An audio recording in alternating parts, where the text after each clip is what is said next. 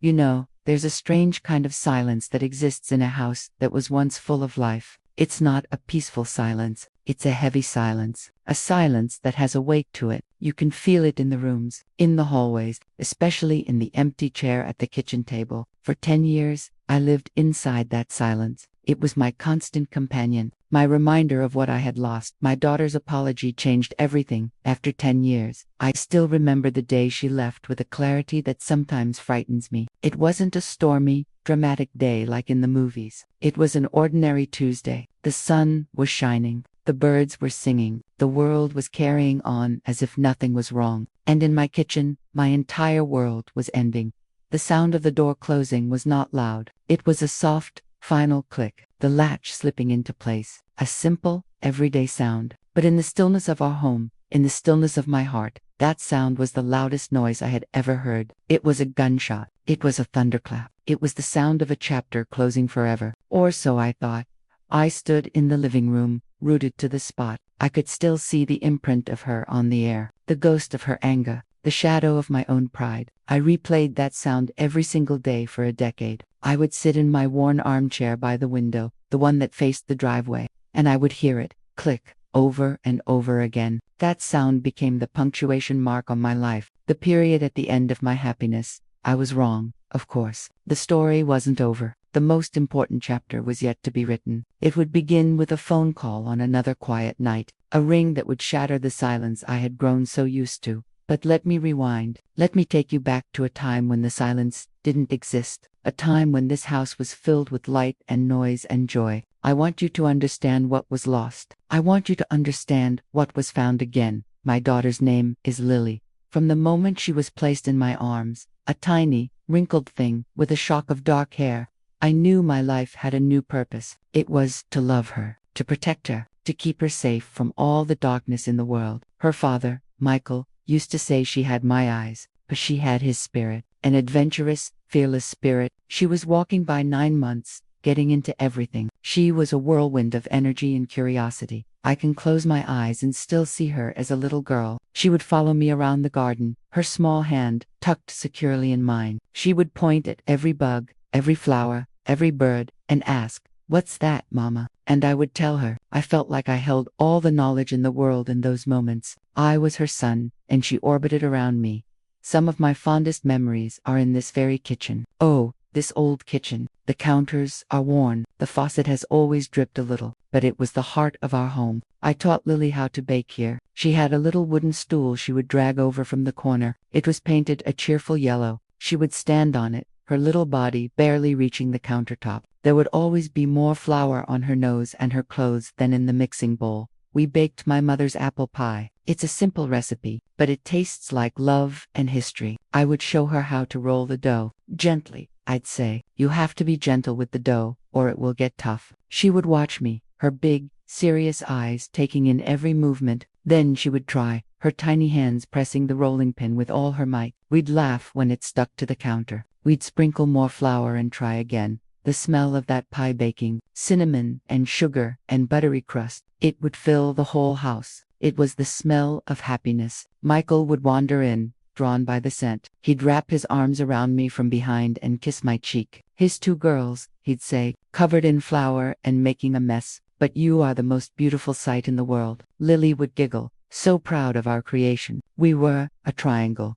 the 3 of us, a perfect, stable, loving triangle. Those years were a golden blur. School plays where she was a talking tree. Soccer games where she spent more time picking dandelions than chasing the ball. Bedtime stories and whispered secrets. We were so close. We were more than mother and daughter. We were confidants. She would tell me everything. Who she had a crush on, which friend was being mean, what she dreamed of being when she grew up. A veterinarian 1 week, an astronaut the next. I loved listening to her dreams. They were so big, so bright. I believed she could do anything. But then, slowly, things began to change. It happens to every child, I suppose. You think you're prepared for it, but you're not. The little girl on the yellow stool started to grow up. The teenage years arrived, and with them, a new person seemed to move into my daughter's body. It wasn't that she was difficult. Not really. She was just finding herself, and in finding herself, she sometimes had to push me away. The little hand that once held mine now stayed tucked in her pockets. The questions from Mama stopped. She had her own answers now. Or she thought she did.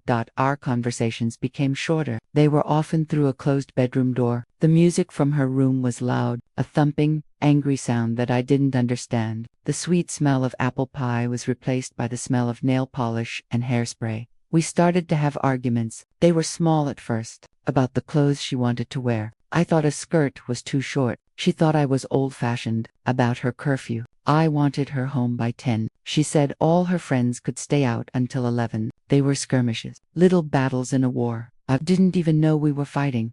Each argument felt like a tiny crack in the foundation of our relationship, a small chip in our perfect triangle. I would lie in bed at night next to Michael and worry. He was always the calm one, the peacemaker. She's just stretching her wings, Sarah, he'd say, his voice sleepy and reassuring. She has to test the limits. It's her job. Our job is to hold steady. I tried to hold steady, but I was so afraid. The world outside seemed so big and so dangerous. I saw news stories. I heard about things happening to other people's children, and all I wanted was to pull Lily back inside this house, to lock the door and keep her safe in the warm, flower-dusted kitchen forever. My fear began to wear the mask of control, the big shift, the one that truly set us on the path to that softly closing door, was when she met James. She was 19. He was 20. He had a slick charm about him, a smooth way of talking. He drove a fast car. He wore a confident smile that didn't quite reach his eyes. At least, that's what I saw. Lily saw something else entirely. She saw excitement. She saw sophistication. She saw freedom.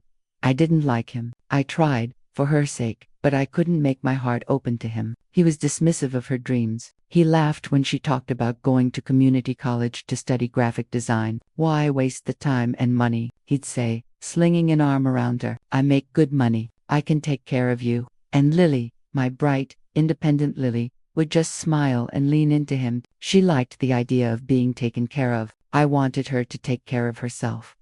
The tension in our house grew thick. Michael tried to talk to her, man to man, but she wouldn't listen. She was in love. It's a powerful, blinding force. It makes you see only what you want to see. It makes you deaf to anyone else's warnings. Then, 6 months after they started dating, she came to me with the news. They were sitting right there on that sofa. James looked smug. Lily looked radiant. Mom, Dad, she said, her voice trembling with excitement. James got a fantastic job offer. In Seattle. It felt like the other side of the world to me. My heart sank into my stomach. That's Fa, Michael said, ever the diplomat, and I'm going with him, Lily announced, as if it was the most natural thing in the world. The room spun. I felt the blood drain from my face. What do you mean, you're going with him? I asked, my voice dangerously quiet. We're moving, Mom, together. It's going to be such an adventure. I looked at her, my little girl, my Lily, talking about throwing her life away to follow a boy across the country. All her plans for school, for a career, gone. Just like that, replaced by a man and a dream that wasn't even hers. No, I said. The word came out flat and hard. Final. Lily's smile vanished. What do you mean? No, I mean no, Lily. You are not moving across the country with a man you've known for 6 months. You are 19 years old. This is a mistake. James shifted on the couch. With all due respect, Mrs. Wilkins, he said, his tone anything but respectful. This is our decision.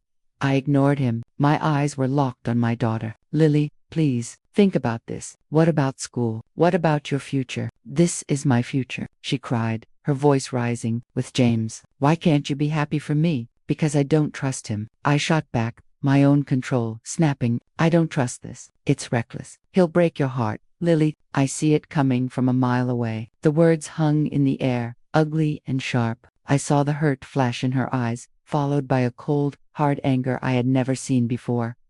James stood up. Come on, Lily, let's go. He took her hand. She stood, pulling her shoulders back. She looked at me not like her mother, but like an adversary, an obstacle. If you really loved me, she said, her voice shaking with fury, you would want me to be happy. Those words, they were a knife to my heart. They were designed to wound. And they did. I do love you. That's why I'm saying this, I pleaded. But it was too late. She had already turned. She walked to the door. James followed. He opened it for her. She didn't look back. She just walked out.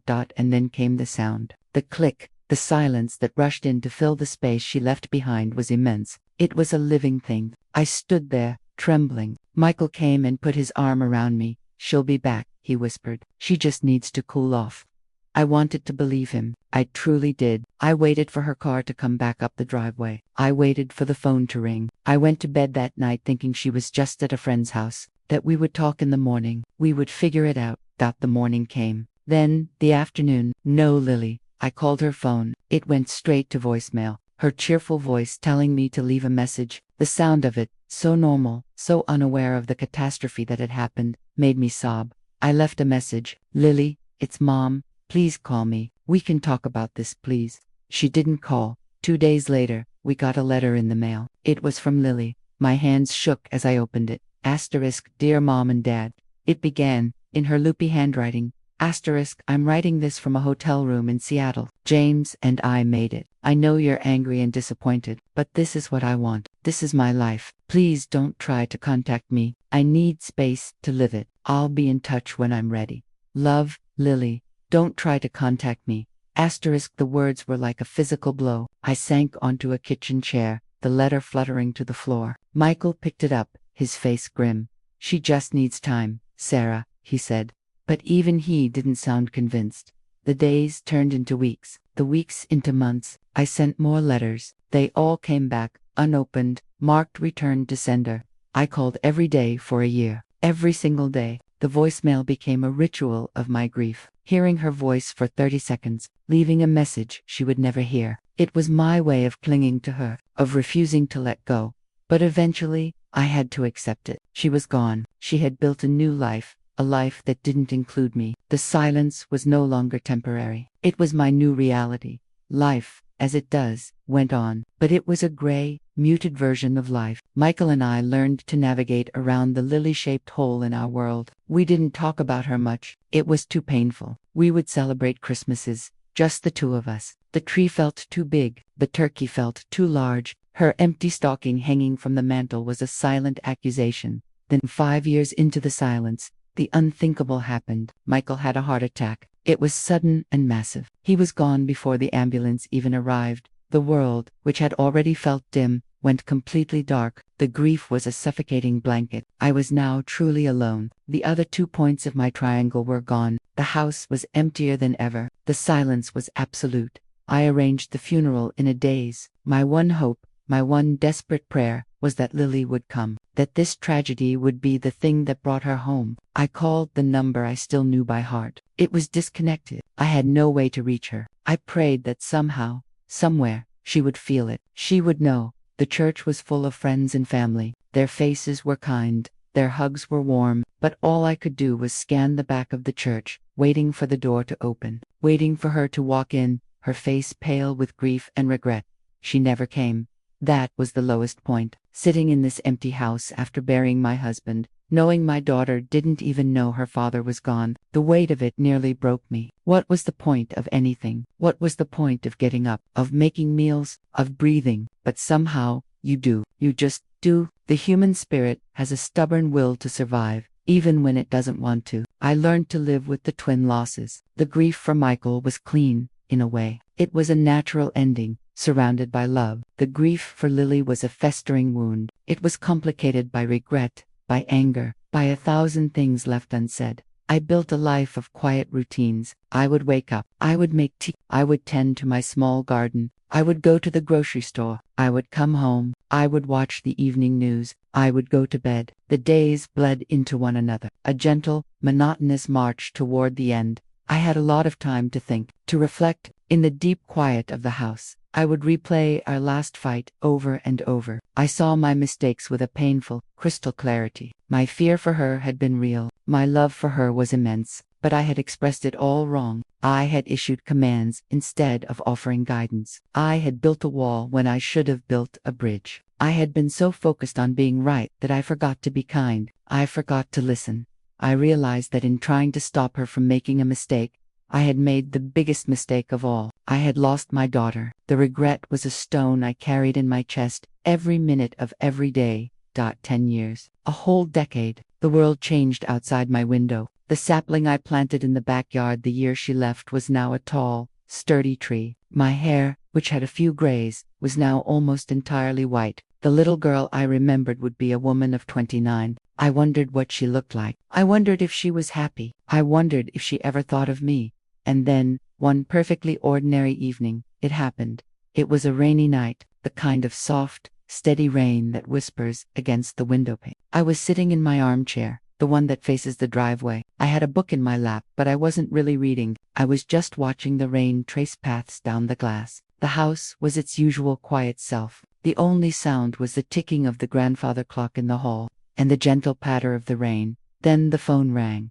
It was an old cordless phone, sitting on the table next to me. The screen showed a number I didn't recognize, an out-of-state area code. I usually let unknown numbers go to voicemail, a habit of an older woman living alone, but something made me pause, a strange feeling, a little tug in my heart, a whisper of intuition. I reached out and picked it up. "Hello," I said, my voice sounding old and unused in the quiet room. There was a pause, a beat of silence, then a soft, shaky breath, and then a voice I had not heard in 10 years, but that I would have recognized anywhere. It was older, it was weary, it was filled with a profound sadness, but it was hers. Mom, that one word. It was a key turning in a lock that had been rusted shut for a decade. It shattered the silence of 10 years in an instant. My whole body went rigid, my breath caught in my throat, sharp and painful. I couldn't speak. I could only press the phone harder to my ear, as if I could pull her through the line.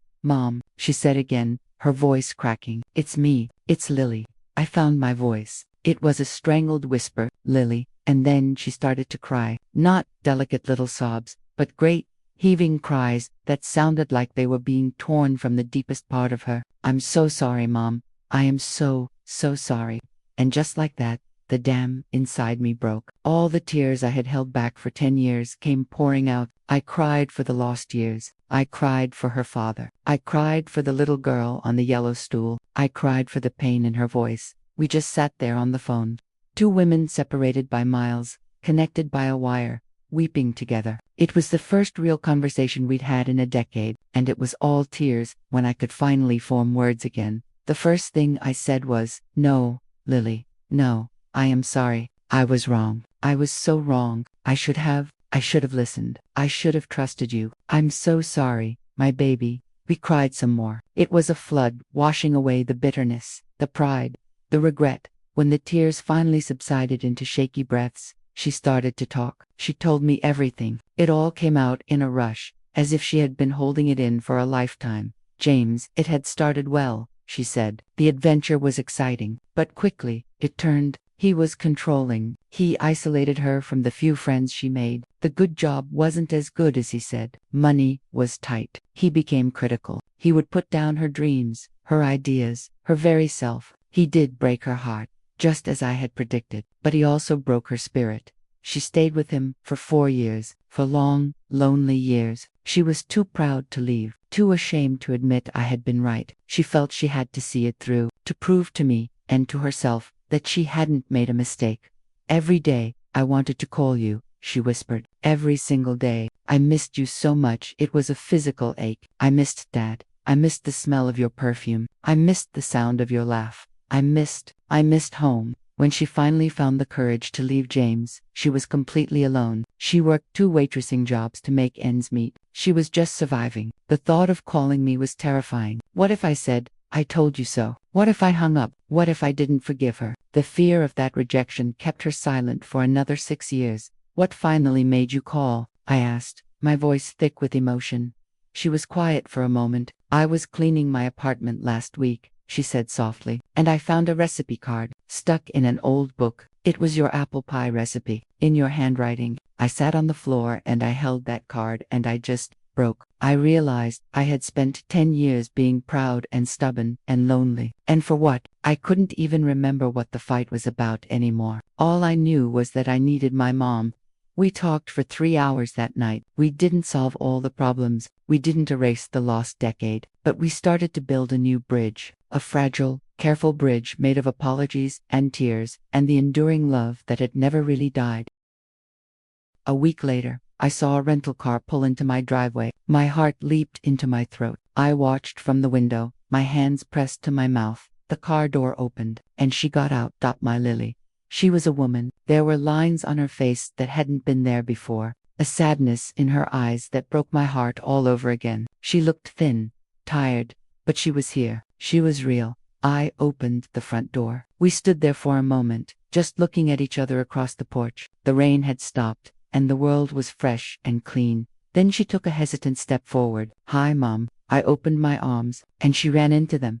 We held each other on that porch, clinging tightly, as if we could make up for all the lost hugs of 10 years. We didn't speak. We didn't need to. The embrace said it all. "I'm here. I'm sorry. I love you. I'm never letting go again." She came inside. The house, which had felt so empty for so long, suddenly felt full. Just her presence filled it. She looked around, her eyes taking in the familiar "It looks the same," she whispered. We spent the day talking, really talking. Not the frantic, emotional outpouring of the phone call, but a slow, gentle catching up. She told me about her life now. She had a steady job at a small design firm. She had an apartment. She was finally building the life she wanted. She told me funny stories about her coworkers, sad stories about the years with James. I just listened. I held her hand. I was just so grateful to be hearing her stories at all. A few days later, she was in the kitchen. She opened the bottom cabinet and smiled. "You kept it," she said. She pulled out the little yellow stool. It was chipped and faded, but it was still there. "Of course, I kept it," I said, my voice wavering. She dragged it over to the counter. "Okay," she said, a determined look on her face. "Teach me how to make the pie again. I think I've forgotten." So we did. We stood side by side in the kitchen, just like old times. There was flour on the counter. There was flour on her nose. We laughed when the dough stuck. We sprinkled more flour and tried again. And as the smell of cinnamon and sugar and buttery crust began to fill the house, I felt something I hadn't felt in 10 years. I felt the color returning to my world. I felt the silence finally, completely, receding. My daughter's apology changed everything after 10 years. It didn't erase the past. We can't get those years back. I will always mourn them. I will always mourn the fact that her father never got to see her come home. That's a sadness I will carry with me always. But her apology gave us a future. It opened a door we had both locked shut. Our relationship is different now. It's deeper, perhaps, more honest. We don't take each other for granted. We talk about everything, even the hard things. We are mother and daughter, but we are also friends. Two women who have known great loss and have found their way back to each other.